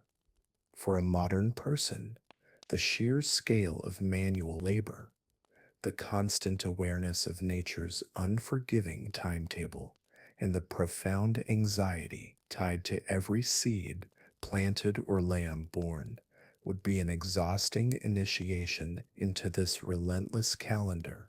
Summer's sweat and autumn's race against time. As spring reluctantly gave way to summer, the labor would not diminish. It would simply shift in nature, becoming even more intense and prolonged. The brief, almost frantic, summer growing season, characterized by cold, extended winters and notoriously short windows for agriculture, meant that every hour of daylight had to be exploited to its fullest. You would spend your days tending the growing crops, weeding endless rows by hand, protect them from pests, and constantly praying for adequate sun and rain, knowing that even prolonged droughts could lead to catastrophic crop failure and widespread famine. The scent of ripening grain and damp earth would hang in the air, mixed with the ever-present buzz of insects. Haymaking, a crucial task for winter feed, would consume immense effort. Imagine swinging a scythe through tall, wet grasses, the rhythmic swish of the blade, the constant bending, and the back-breaking work of gathering, drying, and stacking hay under the fickle Nordic sun. Continued fishing would be a daily necessity, and perhaps some hunting or foraging would provide occasional supplements to the diet. The days would be long, stretching almost endlessly under the summer sun, but there was no concept of a work-life balance or leisurely evenings. Every ounce of energy was dedicated to ensuring enough sustenance for the coming months. Then would arrive autumn, the most frantic and critical season of all. The harvest. This was a race against the encroaching cold and the first biting frosts. Every able body, young and old, would be mobilized for this all hands on deck labor. Imagine the repetitive motions of reaping grains with a sickle, the dull ache in your back and shoulders from bending over, bundling the harvest, and then carrying heavy loads back to the longhouse. The air would be filled with the sounds of rustling grain, the strained grunts of workers, and the lowing of livestock. Simultaneously, the arduous process of food preservation would shift into high gear. Meat and fish would be systematically smoked, dried, and salted, filling the longhouse with pungent, earthy aromas. Animals would be slaughtered, their meat carefully prepared and stored, ensuring no part went to waste. Gathering quantities of firewood for the long winter months would also become an urgent, continuous task, the sharp scent of cut wood permeating the autumn air. This was a period of intense, unyielding physical and mental strain, knowing that failure now would lead to hunger and suffering when the snows arrived. Winter's grasp and the unending cycle. As the landscape surrendered to winter's icy grasp, life would transform into a relentless struggle for sheer survival. The intensely cold, extended winters would mean that outdoor agricultural work ceased almost entirely, but the labor simply moved indoors. Your days would be filled with indoor crafts, maintaining the tools that were your lifeline, and the meticulous process of textile production, from spinning wool to weaving new cloth, to replace worn out garments.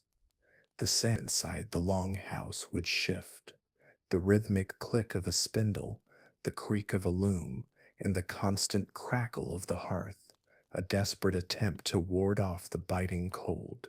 Caring for the housed livestock would be a daily imperative, ensuring their survival to provide for the next year. Melting snow for water, a laborious task, would become a constant chore, and the diet would rely almost entirely carefully preserved food stores, dried meats, salted fish, dried fruits, and skyr, their monotony broken only by the occasional fresh kill from hunting or a lucky fishing trip through ice. The short, dim days of winter, dominated by long hours of darkness, would cast a psychological pall, the constant chill seeping into your very bones, and the ever-present fear of scarcity, a gnawing anxiety. The profound difference for a modern individual lies not just in the physical demands of each season, but in the utter lack of respite. There were no weekends to disconnect, no annual vacations to distant, warmer lands, no concept of retirement or extended leisure. Even communal feasts, often seen as moments of joy, were brief respites from hardship, often physically demanding in their own right, held in crowded, smoky halls. The Viking Age calendar was a relentless, unceasing cycle of labor, dictated by the brutal necessities of food production and survival against an unforgiving natural world. A modern mind, accustomed to planned relaxation, work life balance, and the comforting assurance of consistent sustenance, would quickly crumble under the weight of this unending, physically punishing, and mentally taxing rhythm. The sheer monotony, the constant burden, and the ever present anxiety of nature's unpredictability would ensure that a modern person would find it impossible to endure even a single full turn of this relentless seasonal wheel. Conclusion. And just like that, we have gently journeyed through a day, or perhaps merely a comprehensive glimpse of a day, in the life of an ordinary individual in the Viking Age. It's a life defined by unrelenting hardship, by the pervasive scent of smoke, damp earth, and animal, by the constant ache of a body subjected to ceaseless toil, and by an iron discipline forged from the earliest, most impressionable years of childhood. We've seen how their unique blend of harsh living conditions and demanding societal norms shaped every facet of their existence, turning every mundane task into an act of survival. Their resilience, adaptability, and sheer ingenuity in not only surviving but thriving within these incredibly harsh parameters remain truly remarkable, a testament to human fortitude. We lightly touched upon the reality of Viking homes, the longhouses where families and livestock often shared multi purpose spaces, leading to pervasive and unfamiliar odors that would overwhelm a modern nose. We explored the daily challenges of their sustenance, relying on arduous subsistence farming, tireless fishing, and meticulous, sometimes unsettling, preservation methods to simply survive periods of scarcity. The very concept of food safety as we know it was a constant gamble, with intestinal worms and other parasites being common companions due to poor sanitation and food handling. We delved into their fragile existence, where pervasive ailments like debilitating arthritis, severe dental issues, and rampant, potentially fatal infections were the grim norm, often without effective pain relief or modern medical interventions, and the environment itself was an unyielding adversary, with harsh climates, unpredictable shifts, like prolonged droughts directly leading to famine and widespread crop failure, without the global supply chains we now take for granted. Finally, we considered the unforgiving social fabric, with rigid hierarchies, the ever present threat of violence, and blood feuds as a legitimate, terrifying form of justice that would leave a modern person in perpetual fear for their life and family. Scudding, perhaps now, as these details settle in your mind, you have a slightly clearer, less romanticized understanding of why even a single day, just one single turn of the sun in the Viking Age, would be an almost insurmountable challenge for most of us today. It wasn't just about physical strength, it was about a profound, unwavering mental fortitude an unparalleled ability to adapt to life stripped bare of every single comfort, a life of constant, brutal demands that would quickly exhaust and break a modern individual. Each breath was a test, every step a struggle. It's a quiet reminder of the vast, almost unimaginable differences between eras and of the incredible resilience humanity has shown throughout history, surviving circumstances we can barely comprehend from our comfortable vantage point. Thank you for joining me on this gentle historical journey tonight. Thank you for lending your precious time to listen as we explored these unglamorous truths. I sincerely hope these quiet explorations have offered you a moment of peace and a gentle, smooth passage into a truly restful slumber. Now, let these thoughts slowly dissolve like wisps of smoke drifting across the vast, ancient landscape of the Viking Age, fading into the night.